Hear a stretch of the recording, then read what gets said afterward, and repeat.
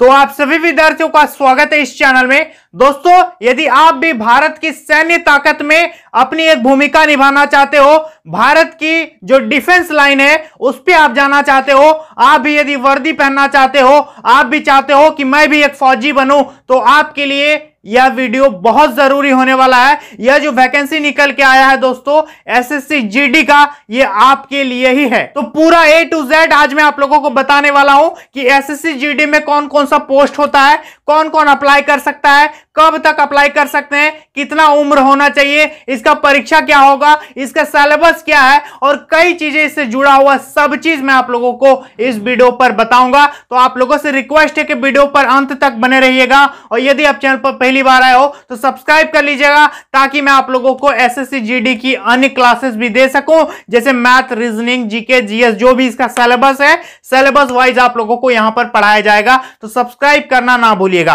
तो चलिए दोस्तों आज की इस वीडियो को शुरू करते हैं। तो सबसे पहले बात करें कि एसएससी जीडी, जो नए विद्यार्थी हैं वो नहीं जानते कि एसएससी जीडी क्या होता है। देखो, एसएससी का मतलब होता है स्टाफ सिलेक्शन कमीशन। ये एक बोर्ड है जो एग्जाम को कंडक्ट करवाता है, ठीक है। पूरे कंट्री लेवल पर ये एक बोर्ड है जो कई तरह के एग्जाम्स को कंडक्ट करवाता है। और जीडी का मतलब होता है जनरल ड्यूटी। जीडी का मतलब क्या हो गया? जनरल ड्यूटी, यानी भारत के डिफेंस डिपार्टमेंट में जितना भी तरह का यहां हम पोस्ट लिखे हैं अभी हम बताएंगे, इस पे आपको जनरल ड्यूटी मतलब जीडी होता है, ठीक है। ये एक पोस्ट होता है। चलिए शुरू करते हैं। देखिए, तो एसएससी जीडी आप समझ गए, तो एसएससी जीडी यहां पर क्लियर हो गया। दूसरी चीज बात करें कि कुल पद, तो इस बार जो टोटल वैकेंसी निकाला गया दोस्तों, वो निकाला गया पूरे भारत के लिए 25,271। 25,271। यह मत समझना कि सीट बहुत कम है या सीट बहुत ज्यादा है। आपको बस एक सीट से मतलब है कि मेरे लिए एक सीट मुझे पक्का करना है, इसलिए वैकेंसी थोड़ा सा कम आए या थोड़ा सा ज्यादा आए, इससे आपको घबराने की कोई जरूरत नहीं है। तो कुल पद कितने हैं? 25,271। अब बात करें कि कुल पद 25,271 है, उस पर कई तरह का पोस्ट होता है। तो एसएससी जीडी में जो है दोस्तों कई तरह का पोस्ट आता है, देख सकते हो। तो चलिए अब हम आप लोगों को एक एक पोस्ट के बारे में बता देते हैं कि किस पोस्ट में कितना वैकेंसी है और कौन सा पोस्ट क्या होता है। देखो, सबसे पहला पोस्ट है बीएसएफ। बीएसएफ जो होता है इसको कहते हैं बॉर्डर सिक्योरिटी फोर्स, ये तो आप जानते ही होंगे। तो इसमें देखो मैंने लिखा है यहां पर एम और यहां पर लिखा है एफ। M4 होता है मेल मतलब पुरुष के लिए, और F4 हो गया फीमेल मतलब महिलाओं के लिए। तो बीएसएफ के लिए 6,413 पद जो है वो है पुरुष के लिए। यहां जो लिखा हुआ है इधर जितना बताएंगे ये समझना पुरुष का है और इधर जितना बताएंगे ये समझना महिला का है, ठीक है। तो बीएसएफ का देख सकते हो टोटल पोस्ट है 7,545, ठीक है। इस पे महिला का देख सकते हो 1132 है और पुरुष का 6,413 है। अगला पोस्ट आता है सीआईएसएफ। सीआईएसएफ का फुल फॉर्म होता है सेंट्रल इंडस्ट्रियल सिक्योरिटी फोर्स, ठीक है। सेंट्रल इंडस्ट्रियल सिक्योरिटी फोर्स, केंद्रीय औद्योगिक सुरक्षा बल। तो इस पे जो आपका देख सकते हैं पुरुष के लिए 7,610 है, महिलाओं के लिए 854 है। टोटल पोस्ट हो गया 8,464, ठीक है। अगला आता है CRPF, central reserve police force. तो इस पे 0-0 है, यानी सीआरपीएफ का इस बार कुछ भी वैकेंसी नहीं है। अगला पोस्ट आता है एसएसबी। एसएसबी का फुल फॉर्म होता है दोस्तों सशस्त्र सीमा बल, ठीक है। ये क्या हो गया? सशस्त्र सीमा बल। इस पे देख सकते हो कि पुरुष के लिए 3806 पोस्ट है, महिलाओं का इस पे कोई सीट नहीं है। टोटल हो गया 3806। अगला हो गया आईटीबीपी। आईटीबीपी का फुल फॉर्म होता है इंडो टिबेटन बॉर्डर पुलिस, ठीक है। इसका देख सकते हो पुरुष के लिए 1216 पोस्ट है, महिलाओं के लिए 215 है। टोटल 1431 पोस्ट है यहां पर। इसके बाद एआर। एआर का मतलब होता है असम राइफल्स, ठीक है। असम राइफल्स में देख सकते हो 3185 आपका पुरुष का है और 600 महिलाओं का है। टोटल 3785 पोस्ट है। इसके बाद है एनआईए, नेशनल इन्वेस्टिगेशन एजेंसी। इस पे आपका 0-0 है। तो एनआईए में आपका 0-0 है, महिला पुरुष किसी के लिए भी कोई सीट नहीं है। आगे देख सकते हो एसएसएफ, इसका फुल फॉर्म होता है सेक्रेटरीट सिक्योरिटी फोर्स। क्या हो गया? सेक्रेटरीट सिक्योरिटी फोर्स, क्योंकि आपका ये जीडी है, देख सकते हैं ना, जनरल ड्यूटी है। तो इस पे एसएसएफ में है 194 पुरुष का है और 46 है आपका महिला का। टोटल 240 पोस्ट है, ठीक है। तो पहले आपको इस पे अप्लाई करना पड़ेगा, इसके बाद आपको प्रेफरेंस वगैरह जो भी फॉर्म भरते समय पूछा जाएगा तो आप उस पे दे सकते हो इस हिसाब से, ठीक है। और अपनी अपनी पोस्ट के हिसाब से आप उस पे अप्लाई कर सकते हो।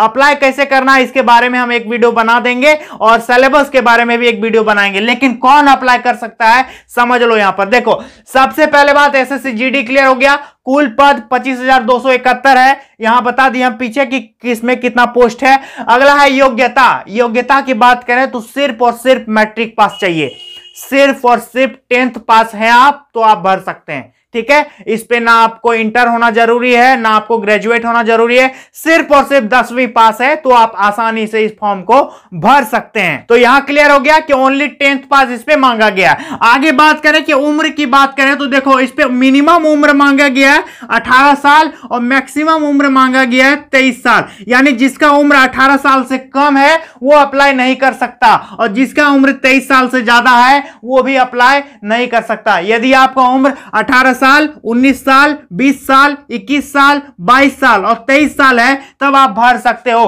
23 का प्लस हो जाएगा तो आप नहीं भर सकते और 18 से माइनस है तो आप नहीं भर सकते हो। Is that clear? चलो नेक्स्ट की बात करें कि ऑनलाइन अप्लाई हो रहा है। देख सकते हो ऑनलाइन अप्लाई क्या है कि 17/7/2021 से, मतलब 17 जुलाई से इसका फॉर्म जो है ऑनलाइन अपना अप्लाई होना शुरू हो गया है और 31 अगस्त तक ये अप्लाई चलेगा।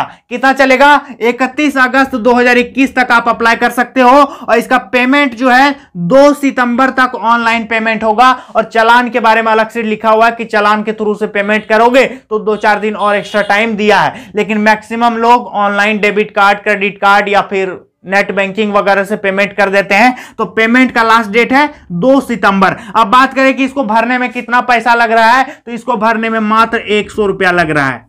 कितना लग रहा है? 100 रुपया लग रहा है। और यदि आप SC, ST और फीमेल कैंडिडेट हो तो आपको किसी भी प्रकार का कोई पेमेंट देने की जरूरत नहीं है। आपका ये फॉर्म मुफ्त में आप अप्लाई कर सकते हो, फ्री में कर सकते हो। तो यहां क्लियर हो गया कि यदि आप जनरल कैंडिडेट और OBC कैंडिडेट हैं तब आपको 100 रुपया लगेगा और 100 रुपया कोई बड़ा अमाउंट नहीं है, आप भर सकते हो इस फॉर्म को। यदि दिल में जज्बा है तो आप आसानी से इस फॉर्म को भर सकते हो। और बात करें दोस्तों कि इस पे जो SC कैंडिडेट है, ST कैंडिडेट है या फिर महिला है या कोई एक्स सर्विसमैन है तो उसका जो है फ्री में फॉर्म अप्लाई हो जाएगा, किसी भी प्रकार का कोई पैसा नहीं लगेगा। अब देखो इस पे बात करते हैं, ये बता दिया मैं। इसके बाद एग्जाम डेट, एग्जाम डेट अभी नहीं बताया गया है, लिखा है कि टू बी अनाउंस लेटर, मतलब बाद में अनाउंस होगा, बहुत जल्दी एग्जाम भी कंडक्ट हो जाएगा। और इसके बाद यहां पर एक सिलेबस, तो सिलेबस अभी मैं नहीं बता सकता, सिलेबस के लिए एक अगला वीडियो आएगा। कितने विद्यार्थी सिलेबस का वीडियो चाहते हैं मुझसे तो नीचे कमेंट करना, सिलेबस हम A to Z लिख करके आप लोगों को समझा देंगे कि क्या पढ़ना है और क्या छोड़ना है। क्योंकि सब पढ़ लोगे तो नहीं आएगा, लेकिन कुछ चीजें पढ़ोगे जो स्पेशल ये मांग रहा है तो आप आसानी से क्लियर कर सकते हो, कोई बड़ी बात नहीं है ना। और पढ़ाई के साथ साथ आप लोगों को अपना फिटनेस क्लियर करना पड़ेगा, इसलिए अपने फिटनेस पर ध्यान दो। डेली रनिंग करो, मतलब जितना आप स्टडी बुक में करते हो, जितना आप अपना पढ़ाई में देते हो, उससे लगभग ज्यादा टाइमिंग आपको इस पे देना पड़ेगा। आपका जो 50% टाइम है वो आपका जाएगा स्टडी में और 50% टाइम जाएगा आपका फिटनेस में, रनिंग में, प्रैक्टिस में, मॉर्निंग वॉक पे, डेली रनिंग करना होगा, ये सब एक्सरसाइज करना पड़ेगा। तो बहुत सारी चीजों, मतलब अपने बॉडी को फिट रखना होगा। यदि आप जाओगे एकदम SSC GD में, BSF में आप जाना चाहते हो, आर्मी में जाना चाहते हो, इस सब में जाना चाहते हो और सुबह उठोगे 9 बजे सो करके, तो फिर कैसे हो पाएगा? सुबह उठो, दौड़ो, थोड़ा सा फिट बनो और रनिंग करो, पुशअप करो, पुलअप करो, तरह तरह की चीजें होती है। तो आप समझ सकते हो, आप देख लेना यूट्यूब पे कि what are the fitness criteria for this, कितना हाइट होना चाहिए, होना चाहिए, सब हम बता देंगे, ठीक है। तो अगला वीडियो में हम बताएंगे कि फिटनेस में कितना हाइट होना चाहिए, कितना चेस्ट होना चाहिए, ये सब सारी चीजें हम बताएंगे। तो ये था ओवरऑल SSC GD। तो जितने भी कैंडिडेट्स मैट्रिक पास हैं, यदि आप एलिजिबल हैं तो जरूर भर देना फॉर्म को।